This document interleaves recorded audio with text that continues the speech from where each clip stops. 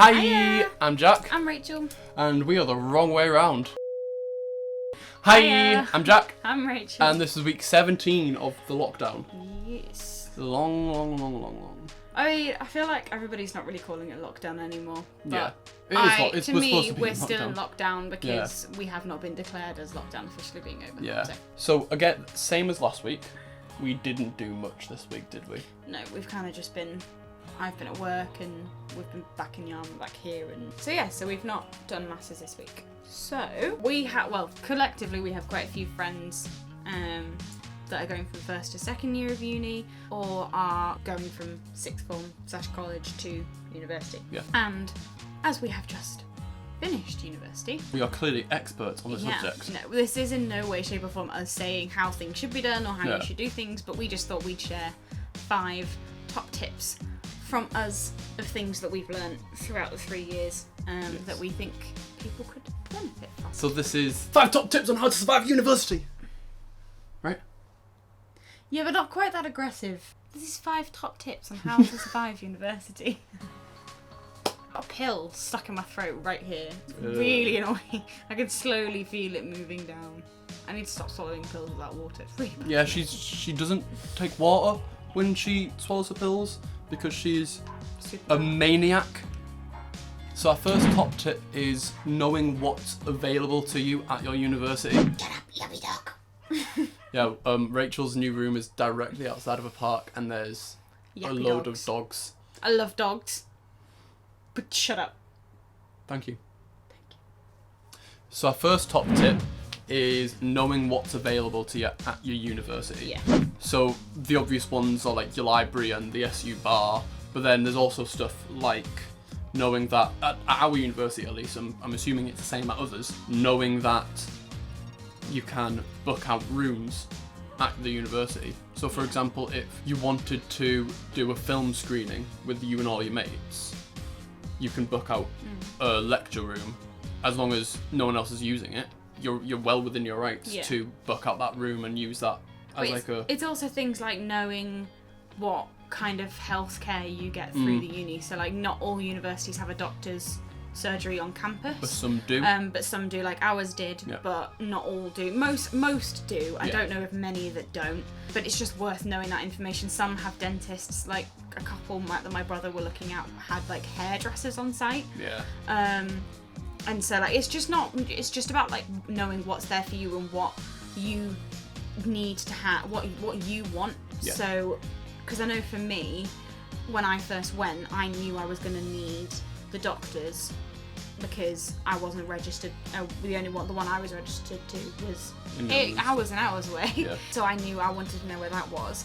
But like I found things out when I got here that I didn't even know. Like our uni did a thing called Welcome Wobbles in our first week. Yes. In Freshers Week, because through we've got a wellbeing team, which is like basically where you can go for counselling and like just if you just need a chat just to talk things through. But they had like welcome wobbles in first week, where if you were just feeling homesick or things weren't really quite right, you just sort of went along and just had a chat. Yeah, it's just things like that, just finding bits of info really about your uni and the services they provide. I mean, like the gym, for example. Yeah, the gym. Most universities will have a gym on campus, but it's really good to go there yourself and just see what it's like, because in our first year, everyone slated our university gym for not being very good.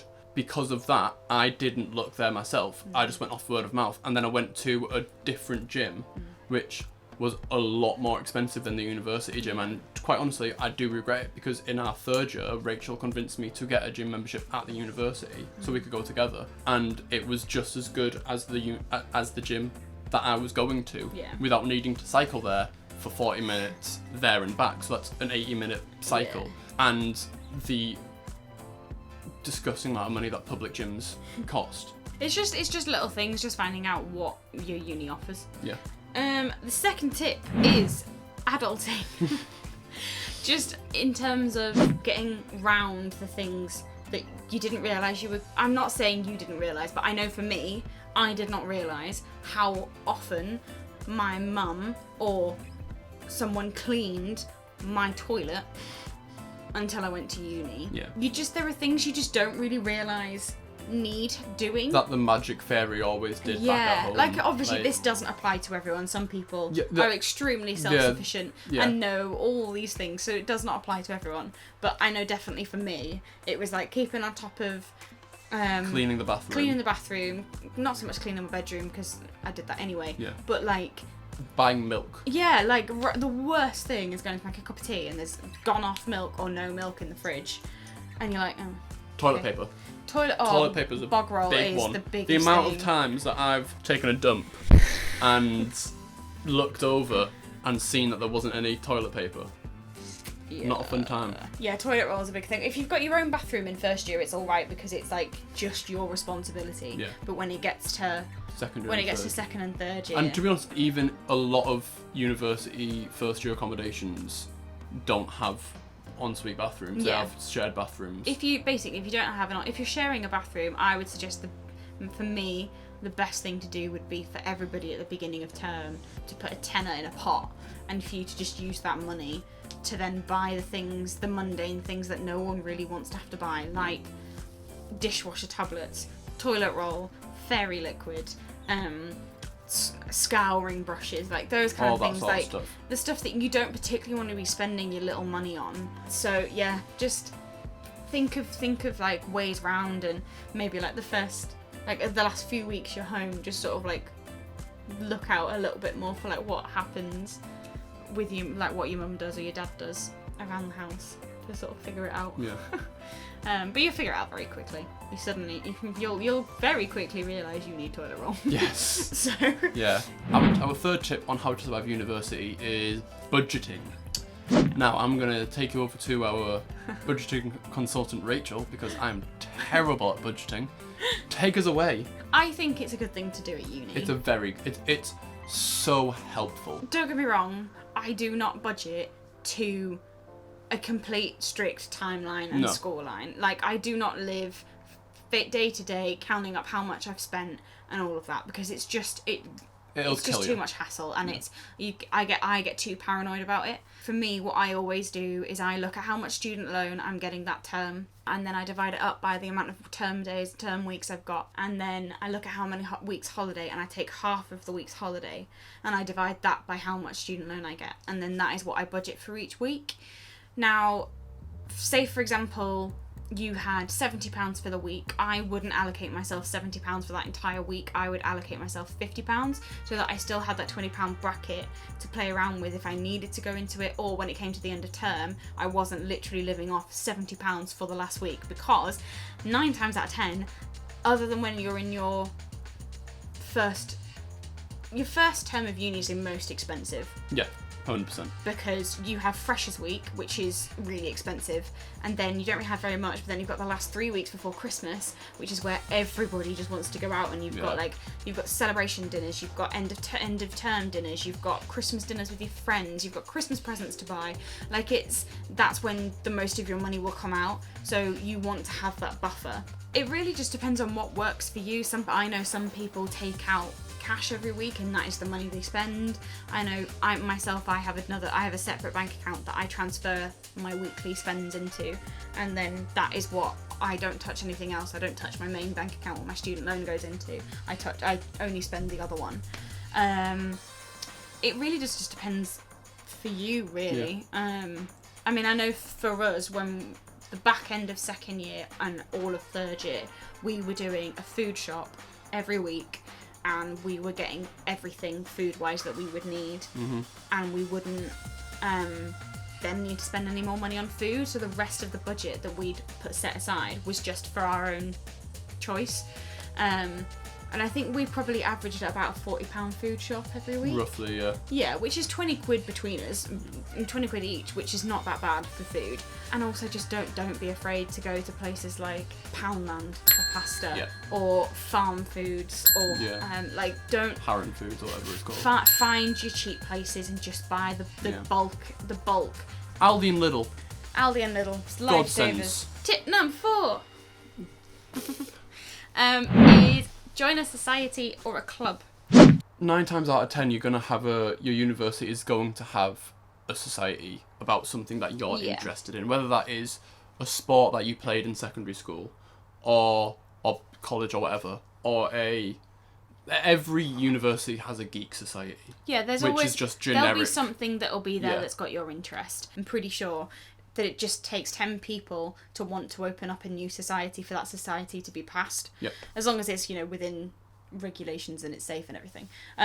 But if there wasn't one, you can open one up yourself. But I know you have the same opinion as me, but I just think being a part of a society or a club or a sport is the best thing you can do, because it's different from your housemates. Not always, but A lot of the time, it's different from your housemates. It's different from your course mates. It's just another group of friends who you have. Because you can't guarantee that you're gonna get on with your housemates. Yeah. You can't guarantee that unless you are choosing to go into unless you've prearranged unless you've prearranged who you're living with, because I know some people can do that sometimes. Yeah. And you're probably gonna have similar interests to your course mates, but it's not going to be to the same level as the society that you join, because the society that you join, it's not what you want to go into as a career, it's what you like doing in your free time. Yeah, I mean, I was really fortunate in my first year that I got on with most of my flatmates, and actually went through the whole of university getting on really well with them, and I lived with them the entire time. But not everyone is always that fortunate, and friendships change and friendships flow, and you'll become close with different people, and I just think being a part of society really helps with that. And also, it's a break from your course. Yeah. I mean, for me, it wasn't as much of a break from my course because I did drama as a degree, and then I was in MPS, musical theatre society, and a drama society. So the two societies I was in were both within my degree, like, subject, but they were a different group of people. It was just a space I went to for 10 hours a week, and would just spend the entire time absolutely laughing my head off. It was brilliant, and I got something out of it. So, and also, first year is basically a really good opportunity for you to be trying out different things and trying things that you'd maybe not have thought about trying. Yeah. Particularly in Freshers Week. Yeah. Like, I would say sign up to a bunch of different stuff in Freshers Week. I think I signed up to like 20 different Yeah. societies in Freshers Week, and only went to 3 taster sessions. Because, for example, you might have never thought about trying basketball. Well, you or may not. something. I had never heard of Thai boxing until I came to uni. Yeah. Like, But I mean, I didn't do it, but like, I never thought of it. but what I'm saying is, like, for example, if you've never tried basketball and you just want to give it a go, you might find a love for basketball, which sparks a career in amateur basketball later down the line or something. It's a massive opportunity. University is a brilliant way to essentially, it's a fresh start on finding what you like. Yeah. And first year, particularly the very beginning of first year, is a very good opportunity for you to dip your toe in a load of different waters. Yeah. That's not the term, but you know. Different ponds, but yeah. Different ponds. Last but not least, tip number 5. Tip number 5 is say yes. Yeah. Always say yes. Now, what we mean by that? What we mean is say yes to experiences that maybe push you outside of your comfort zone. Yeah. The best example I can give is in my first year, my mum will back me up on this, there was a 50th anniversary of my department at uni, and there was like a drinks and showcase evening in my first week, and I didn't know anyone else that wanted to go, so I decided to go on my own, which is something I never ever would have done, but I just said, you know what, I'm going to go, because I'd heard a couple of other people on the course talking about going, but no one I could walk with, and it's always really weird turning up to events on your own, especially when you don't know anyone else there. Yep.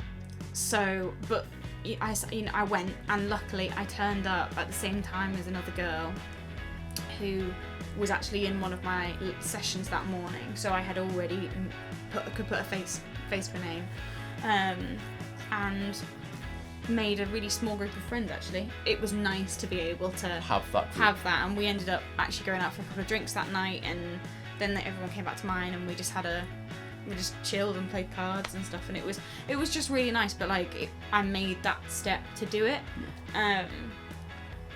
you get so many different experiences thrown at you at uni. Yeah. Sometimes there are way too many, and you don't have to say yes to everything. Yeah, if there's stuff that you genuinely feel uncomfortable doing, don't say yes to stuff.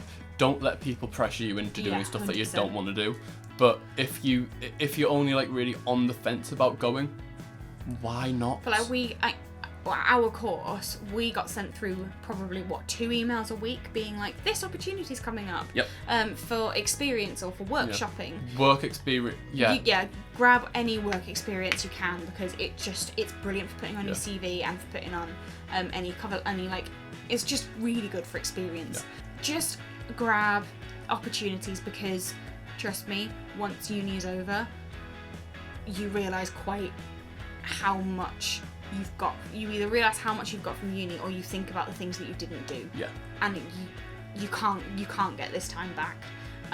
A lot of university space, it's slightly going off on a tangent, but if you're doing a practical course at uni, or a course that like needs a specific room for something, 9 times out of 10 you can access those rooms for free. Whereas as soon as you graduate and you leave uni, you then have to pay for them. Yeah. So like for me, for my performance course, I could access the workshop spaces and the theatres for free, and I just needed to book in, and I could rehearse in there at any time and create my own theatre.